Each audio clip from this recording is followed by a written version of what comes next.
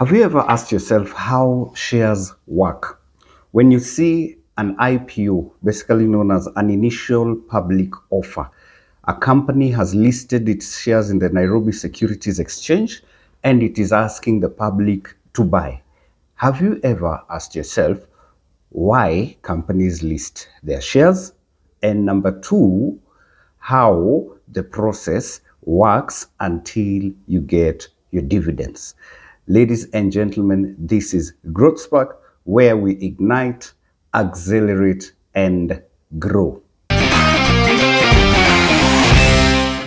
Now, you have some money that you want to invest somewhere. And I remember last time we had an episode where we were discussing the various funds that you can invest in. And one of them was the equity fund, where we said it is basically investing in shares. So you finally decided that you're going to buy shares of a particular company. Now, let's go step by step to understand what goes on in the back end up until you get your dividends or your returns. Now, let's assume we are buying shares of a telecommunications company. So this company X, telecommunications company X, has listed its shares at the Nairobi Securities Exchange. We have gone there. We have bought X number of shares at Y value of money. Then we wait for the dividends. Of course, a lot of people will say that I'm buying shares of this particular company because this company performs well. I've looked at the financial statements for the past couple of years of this company, and this company is doing well. So I believe if I invest in this company, then I will get good returns. That is fine. That is very okay. And of course, this is usually guided by a professional and a licensed and even a certified investment broker, not just anybody, like we said in the other episode. So once we buy these shares, normally a period is given up until that IPO or initial public offering is going to be closed. So once the period lapses, then the IPO is closed. So the company goes back and checks the amount of shares that have been bought by the public, the money that they've also collected from the sale of those shares. Normally, when a company lists shares out there, they are trying to raise capital either to expand their business or to start a new line of business and so on and so forth. So they raise capital from the public by floating shares to the public. And in turn, you as the public, when you buy the share, then you become a shareholder or a stakeholder in that particular company. So basically, you own part of that company. Now, once the company goes back to their boardroom or to the drawing board and says, we have collected X amount of money as a result of this listing. Now, we said we are using an example of a telecommunications company. So probably they had a plan on what they want to do. Probably they want to increase the strength of their signals. So this means that they will have to put up more masts to be able to even garner a bigger or more coverage across the country and so on and so forth. Probably they want to put up a mobile money transfer kind of thing within their telecommunications network. So this is probably the plan they had drawn down, and they needed X amount of money to do so. So step number one, when they go back to the drawing board, probably they will ask themselves, now we have the money, we now need to purchase the masts or the equipment that is needed to grow this particular line of business. So maybe they are purchasing the equipment not locally, maybe they are purchasing the equipment abroad, from abroad, companies abroad. So they will probably put out there that they need people to supply them with particular equipment. Then these people will apply. It's more or less like a tender, how people go about the tender. Then they will sit down. Probably this now will take like a month or 2 months. They put out there that they're looking for companies that are reputable and are in this line of business to supply them with certain equipments. So after around 2 months, they have shortlisted the companies that they want to work with. Then probably they do an interview with those companies to arrive at the final company that actually will be able to supply them with those equipments. Now, this probably now is 3 months down the line. They have now gotten the correct or the right company that they're going to use to get their new equipment. Now, once that is done, the process of shipping the equipment starts. Again, this process could take probably a month or two, depending on where the equipment is being shipped from.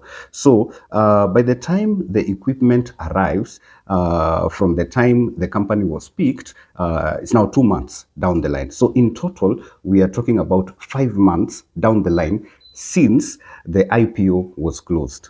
So the equipment arrives in the fifth month. Now the next process is to install the equipment. Installing the equipment, remember we are talking about a telecommunications company in this case, and they want to increase their reach countrywide, or maybe they want to introduce a mobile money transfer. So the equipment arrives, now is to install the equipment. So they have to be in the right books with the local authorities in terms of the land where they're going to install the equipment, pay all those rates and so on and so forth, and then install the equipment, needs engineers to do that, and so on and so forth. So the process of installing the equipment probably takes another 1 month. So now we are talking about a total of 6 months, or 6 to 7 months, depending on where they're installing the equipment or how fast they can actually install the equipment.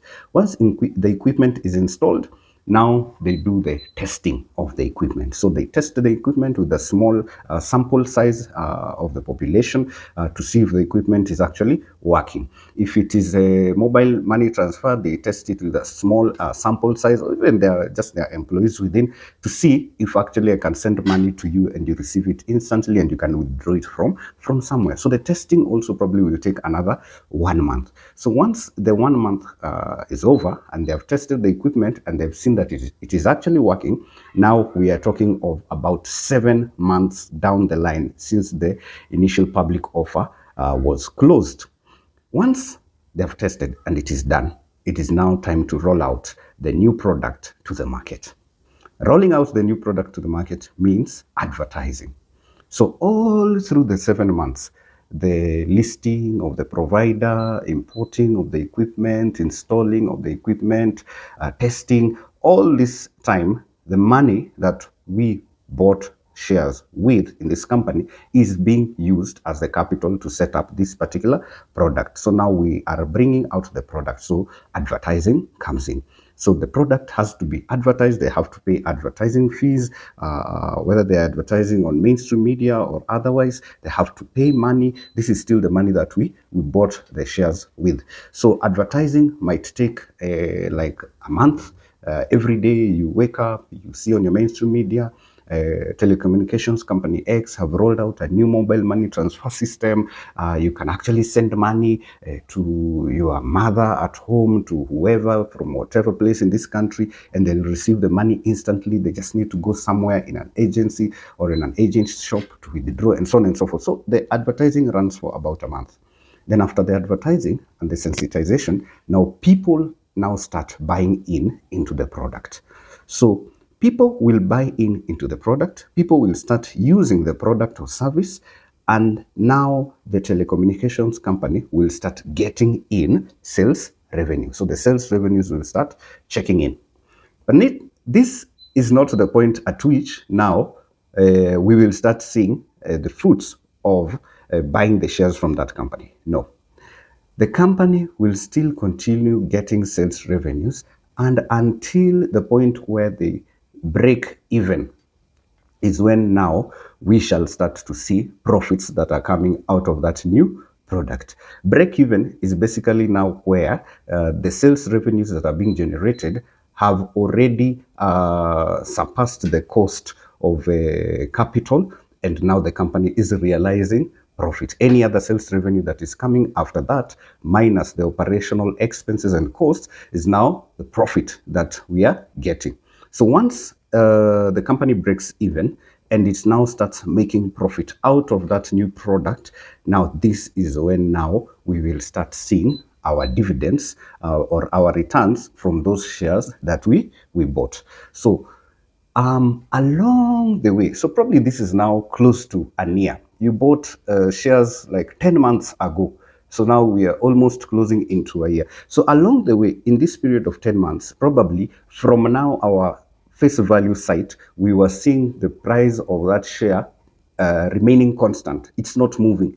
And you're wondering, did I make the right choice? Did I buy the correct shares? Did I choose the right company to invest in? Because the share price is constant. On sometimes it has even gone lower from what you actually bought it. Say we bought the shares at 10 shillings per share. By the time it is the fifth month down the line, the share price has gone down to, let's say, 7 shillings per share or 4 shillings per share. And you're there beating yourself, wondering what is happening, what could have happened. But in reality, in the back end, there were some processes, like I've explained, that were going on. So until now we break even is now when you'll start seeing the share price going up. So once the share price starts going up, we bought it at 10 shillings. Probably you see now after a year, it's going to 11 shillings, 11.5 shillings, 11.75 shillings, 12 shillings. If also a major factor, the economy favors, the economical environment favors that company, and then you could even see the price of that share shooting up, maybe from, let's say, 13 shillings to 20 shillings. It happens depending on the company and also the economic environment. So ladies and gentlemen, the next time you're going to buy shares, please understand that you have to trust the process. There's a process that goes into ensuring that you actually get to a point where you get your dividends, and this is a point where the company has broken even and the company is now profitable. Thank you so much. Please do not forget to subscribe, to like, and share.